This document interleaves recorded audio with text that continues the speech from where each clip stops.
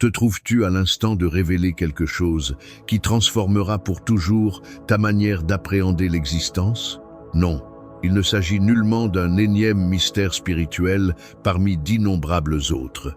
C'est une méthode antique si formidable qu'elle fut intentionnellement dissimulée durant des ères, réservée exclusivement à ceux qui démontraient être authentiquement disposés. Si tu es parvenu ici, ce n'est nullement fortuit. Quelque chose en toi est déjà en phase de s'éveiller et je le perçois. Tu es préparé à apercevoir ce qui a constamment été présent, patientant d'être révélé. Le mystère que rares individus osent divulguer.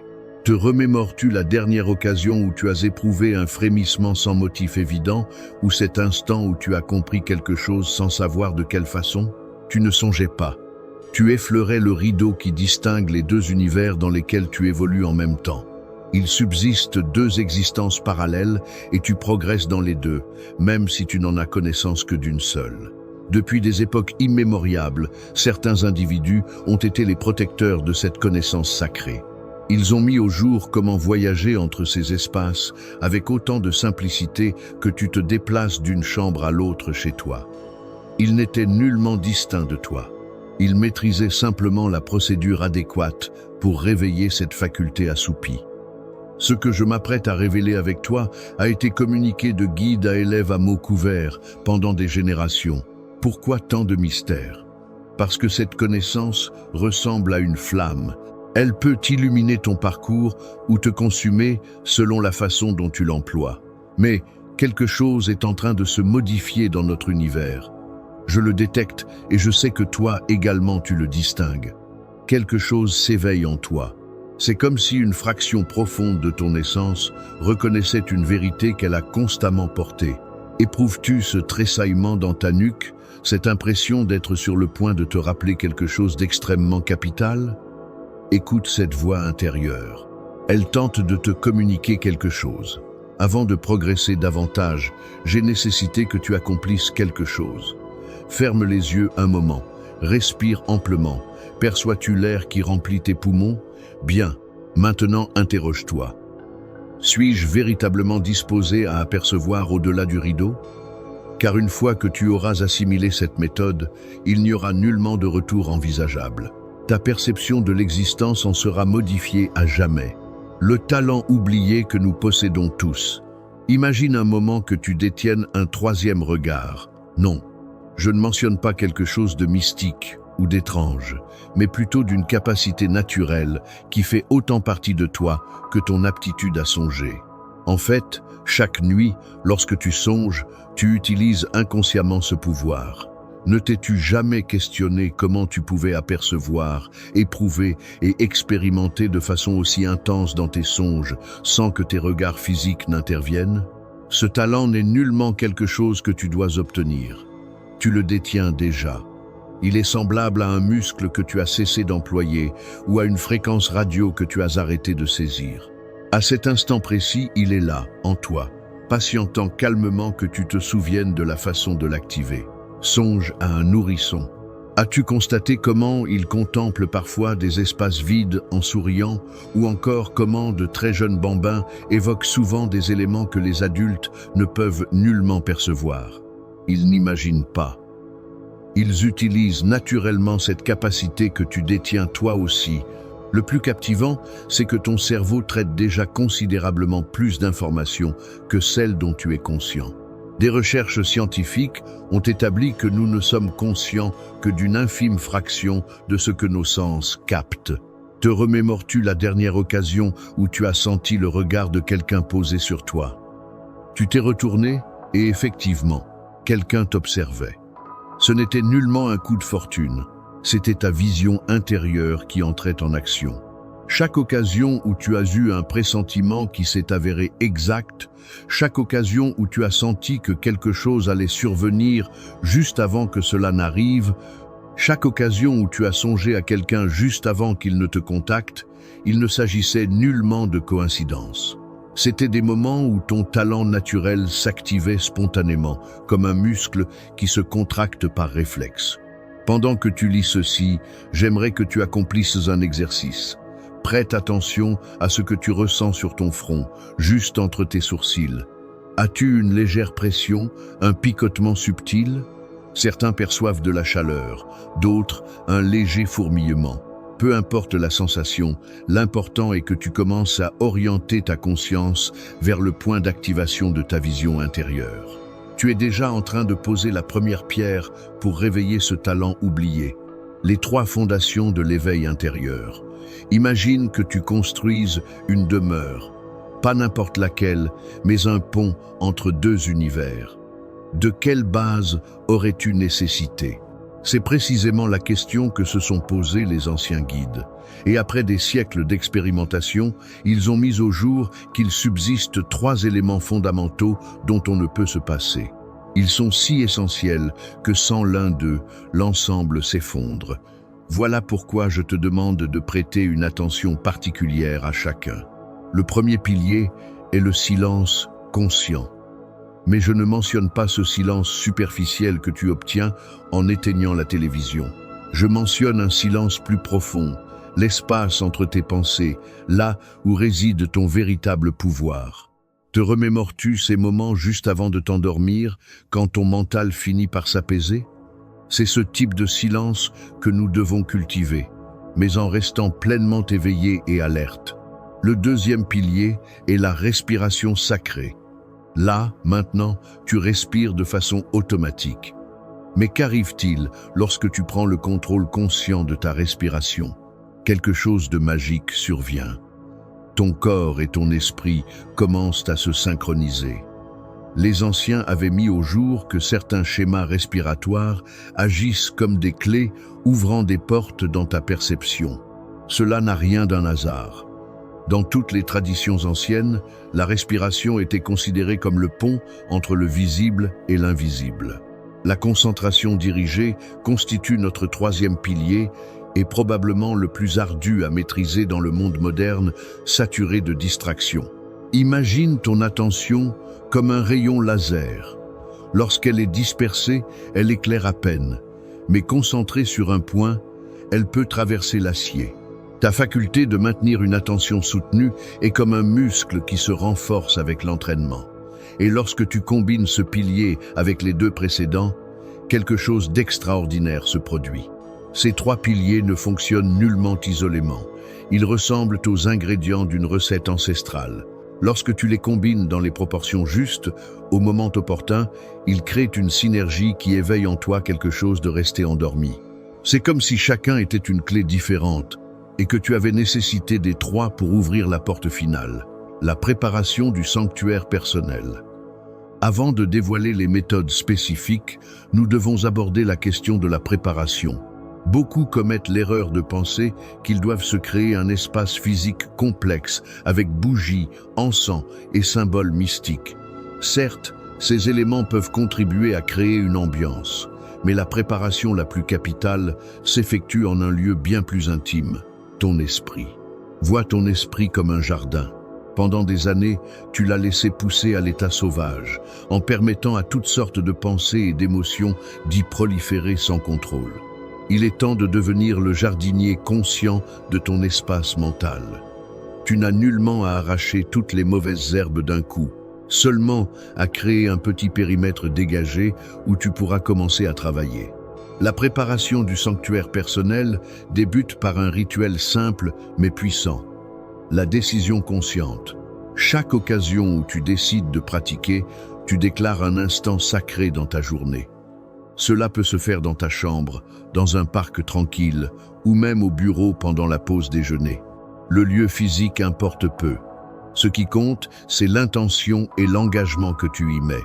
La température, la lumière et les bruits ambiants jouent un rôle, mais nullement de la manière que tu crois. Tu n'as nullement nécessité de conditions parfaites. En fait, apprendre à composer avec ce qui t'entoure fait partie de l'entraînement. Y a-t-il du trafic dehors? Parfait. Tu t'exerceras à transformer les distractions en marche vers un état de conscience plus profond.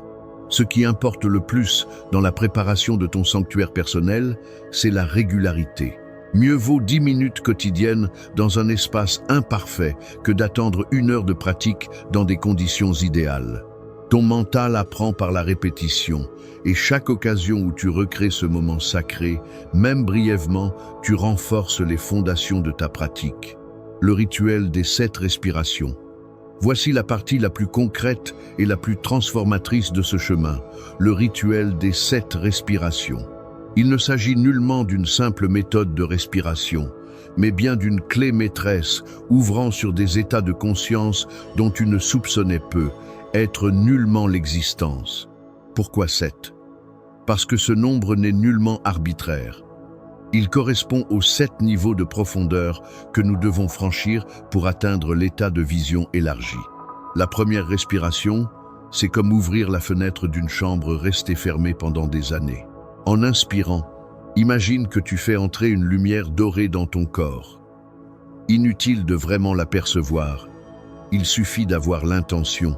En expirant, ressens la tension sortir de ton corps comme de la poussière emportée par le vent. Cette première inspiration donne le ton pour tout le rituel. Avec la deuxième et la troisième respiration, tu commenceras à percevoir quelque chose d'étrange. Le temps semble ralentir. C'est normal. Tu commences à quitter le rythme frénétique de ton mental ordinaire. Chaque inspiration doit être plus profonde que la précédente, comme si tu ne remplissais nullement seulement tes poumons, mais chaque cellule de ton corps. À l'expiration, laisse tes paupières s'alourdir tout en gardant ton esprit alerte. Les 4e et 5e respirations sont les plus capitales. C'est souvent à ce moment-là que certaines personnes vivent leur première manifestation de la vision intérieure. Un frémissement au centre du front ou la sensation que ta tête s'étend. D'autres décrivent de douces couleurs ou des motifs lumineux, même les yeux fermés. Ne t'accroche nullement à ces expériences. Observe-les avec curiosité, mais maintiens ton attention sur la respiration. Les 2 dernières respirations constituent le passage final. À ce stade, ton mental est plongé dans un calme profond, mais reste vigilant. C'est comme être à la limite du sommeil, tout en restant pleinement conscient. C'est ici que le rideau entre les univers s'amenuise. Le mystère est de conserver cet état sans forcer quoi que ce soit. La vision intérieure est semblable à un animal farouche. Tu ne peux nullement l'attaquer. Elle doit s'approcher de toi d'elle-même, le point aveugle de la conscience. As-tu déjà constaté ce moment étrange, juste avant de t'endormir, quand tu n'es ni totalement éveillé, ni vraiment endormi? Cet espace intermédiaire est un indice de ce que les anciens nommaient le point aveugle de la conscience. C'est un état mental que nous expérimentons tous chaque jour, mais que nous remarquons rarement et que nous exploitons encore moins. Imagine ton esprit comme un flot constant de pensées. Le point aveugle est un tourbillon silencieux au milieu de ce flot, un endroit où le courant se calme momentanément. Ce n'est nullement le vide au sens de rien, mais plutôt un portail, une pause dans l'existence ordinaire où quelque chose d'extraordinaire peut émerger. La raison pour laquelle on mentionne le point aveugle est captivante. À l'instar du point aveugle dans ta vision physique, oui, nous en détenons tous un. Cet espace mental subsiste, mais nous n'en sommes nullement conscients. C'est comme essayer d'apercevoir tes propres regards sans miroir. Il est là, tu t'en sers tout le temps, mais tu ne peux nullement le regarder directement. La distinction, c'est qu'avec la bonne pratique, tu peux apprendre à reconnaître et à habiter volontairement cet espace. Pour trouver ton point aveugle, tu dois développer une nouvelle forme d'attention. Ce n'est nullement de la concentration au sens habituel. Plus tu le cherches, plus il te fuit. C'est davantage comme apprendre à apercevoir grâce à ta vision périphérique mentale. Commence par observer tes pensées sans t'y attacher. Tu finiras par discerner de minuscules intervalles entre elles. Ces intervalles sont tes premières perceptions du point aveugle. Le plus surprenant, c'est ce qui se passe lorsque tu apprends à prolonger ces courts instants. Le temps semble s'étirer et le passé devenir plus flexible. Les perceptions qui demeuraient en arrière-plan de ta conscience commencent à se rapprocher du devant de la scène. Des informations toujours présentes, mais que ton esprit filtrait d'ordinaire, deviennent accessibles. Voilà le véritable début de la vision intérieure. La danse des ondes cérébrales. As-tu déjà constaté comme ton état mental varie au cours de la journée? C'est une danse naturelle. Parfois tu es très alerte, parfois plus détendu. Et il y a même ces moments où tu flottes entre veille et sommeil. Rien de fortuit là-dedans. Ce sont simplement différents schémas de ton activité mentale, comme un poste de radio qui bascule d'une station à l'autre. Imagine que ton esprit est un océan et que ses états sont autant de courants circulant à diverses profondeurs. À la surface, là où les vagues sont les plus agitées, se trouve ton état de veille habituel. C'est sans doute l'état dans lequel tu es en cet instant.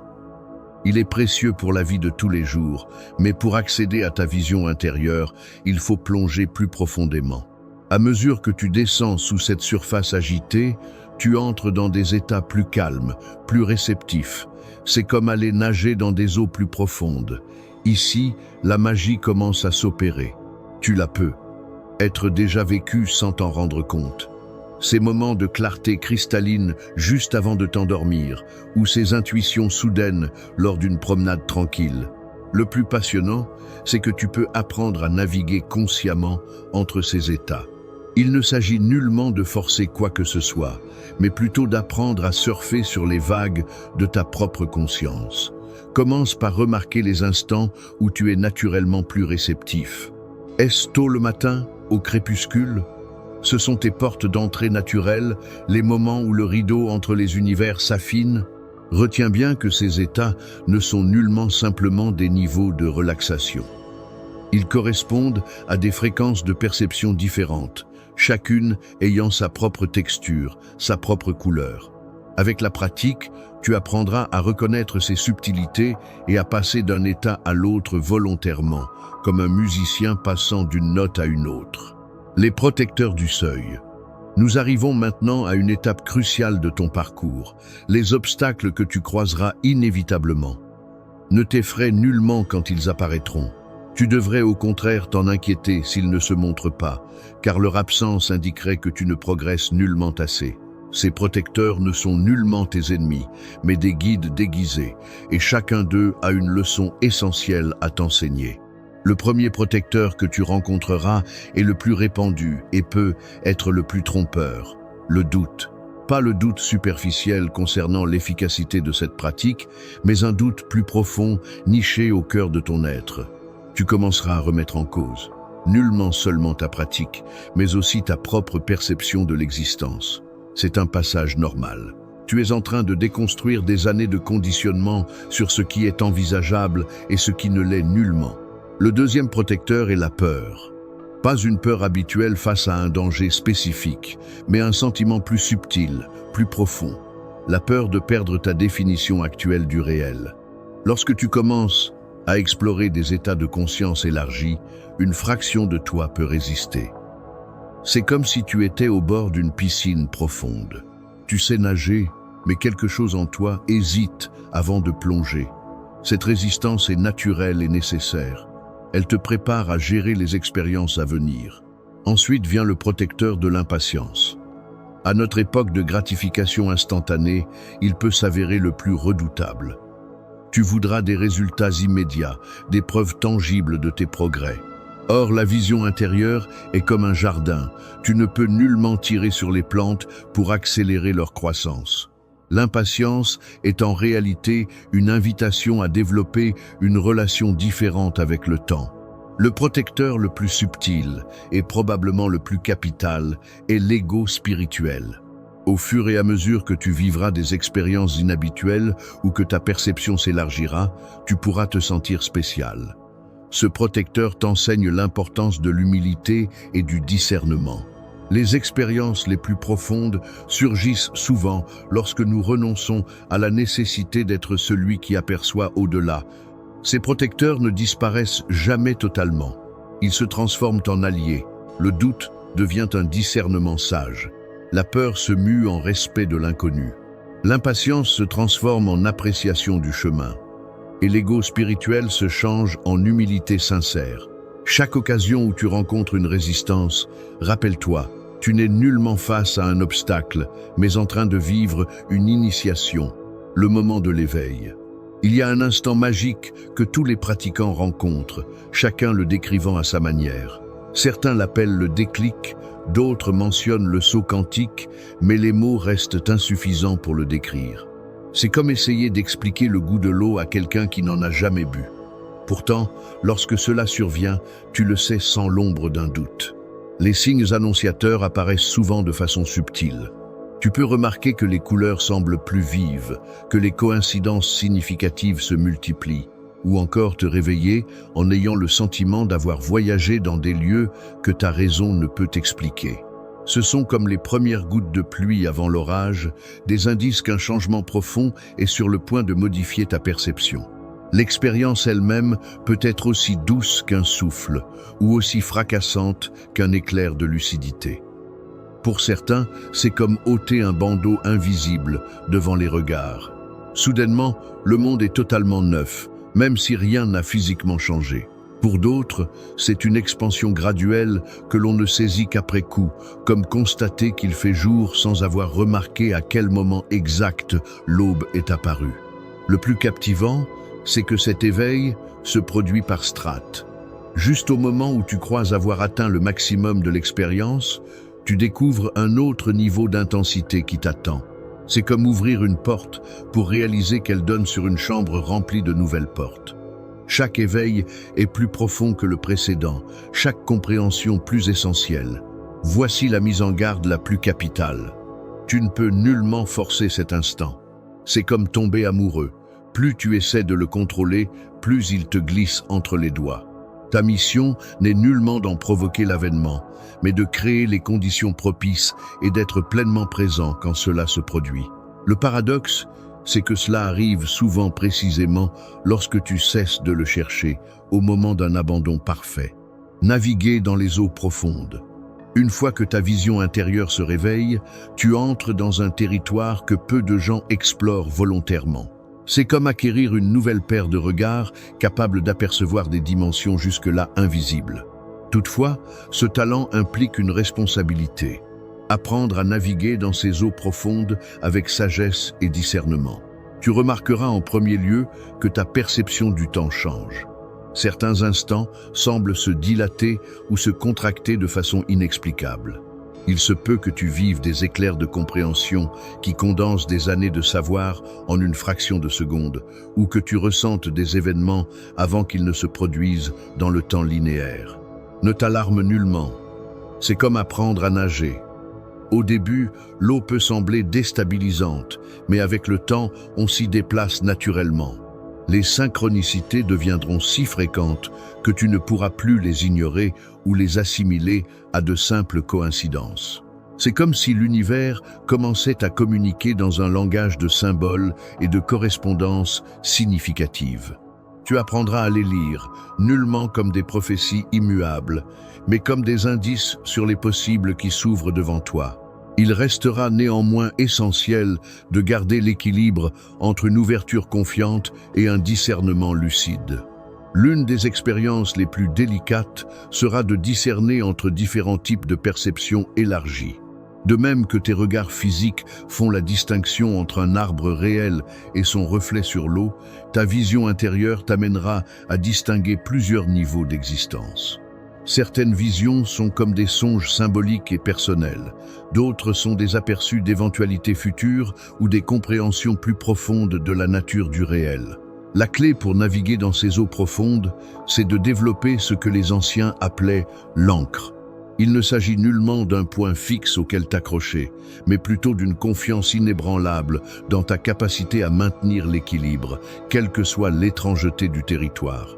Cette ancre se forge par une pratique continue, une observation attentive et surtout une sincérité absolue envers toi-même.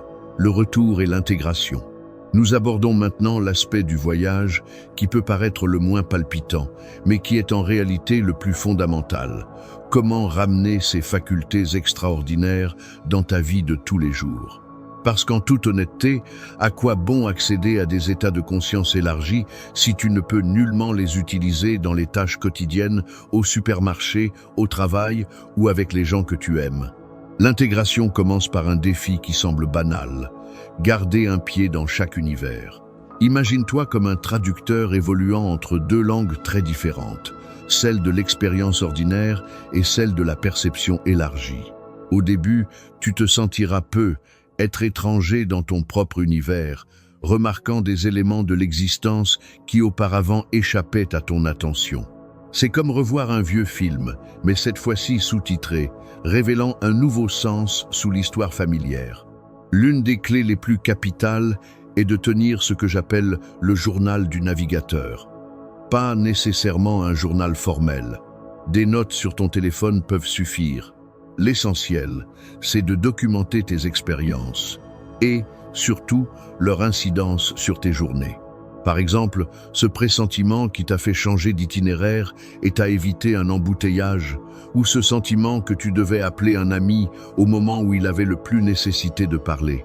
Ces petits instants sont autant de repères sur une carte. Reliés, ils révèlent de plus grands motifs. À cette étape, on est souvent tenté de vouloir tout partager avec tout le monde. C'est naturel. Quand on découvre quelque chose de si spécial, on a envie que les autres le vivent aussi. Mais c'est là que la sagesse du discernement entre en jeu. Tous ne sont nullement disposés ou intéressés par ce genre d'expérience, et c'est très bien ainsi. La vraie maîtrise ne consiste nullement à mentionner ces nouvelles perceptions, mais à les employer de façon à être plus efficace, plus bienveillant, plus présent dans la vie quotidienne. L'intégration signifie également apprendre à gérer l'énergie différemment. Tu remarqueras que tu es devenu plus sensible aux lieux, aux personnes, aux situations, comme si quelqu'un avait augmenté le volume de ta sensibilité. Tu découvriras naturellement de nouvelles façons de te réguler, passer plus de temps seul, en contact avec la nature, ou instaurer de nouvelles routines pour demeurer centré. Sois à l'écoute de ces nécessités. Elles font partie de ta nouvelle façon d'être au monde.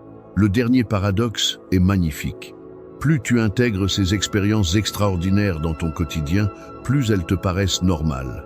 Nullement qu'elles perdent leur magie, mais parce que ta définition de la normalité s'élargit jusqu'à les inclure. La vision intérieure devient alors un élément aussi habituel que ta vision physique. Il n'y a plus de séparation entre le mystique et le quotidien. Tout se fond en une danse perpétuelle de découverte et d'émerveillement. Et voici le mystère final. L'intégration n'a nullement de fin. Chaque jour apporte de nouvelles occasions d'approfondir ta compréhension, de perfectionner ta perception et de mettre en œuvre cette sagesse de façons inédites et créatives. Ce n'est nullement une destination, mais un voyage permanent. Tant que tu garderas vive cette étincelle de curiosité et d'émerveillement qui t'a conduit jusqu'ici, chaque instant banal recèlera la possibilité de se révéler comme une porte vers l'extraordinaire. Le véritable chemin ne fait que commencer. Tu viens de faire le premier pas en découvrant cette méthode ancestrale, mais la voie qui se déploie devant toi est infinie et promet d'innombrables possibles. Chaque personne ayant suivi cette route a trouvé sa propre manière d'explorer ces contrées inexplorées de la conscience. Si ce contenu t'a inspiré, imagine tout ce qu'il nous reste à découvrir ensemble. Abonne-toi à la chaîne et active les notifications pour ne rater aucune vidéo.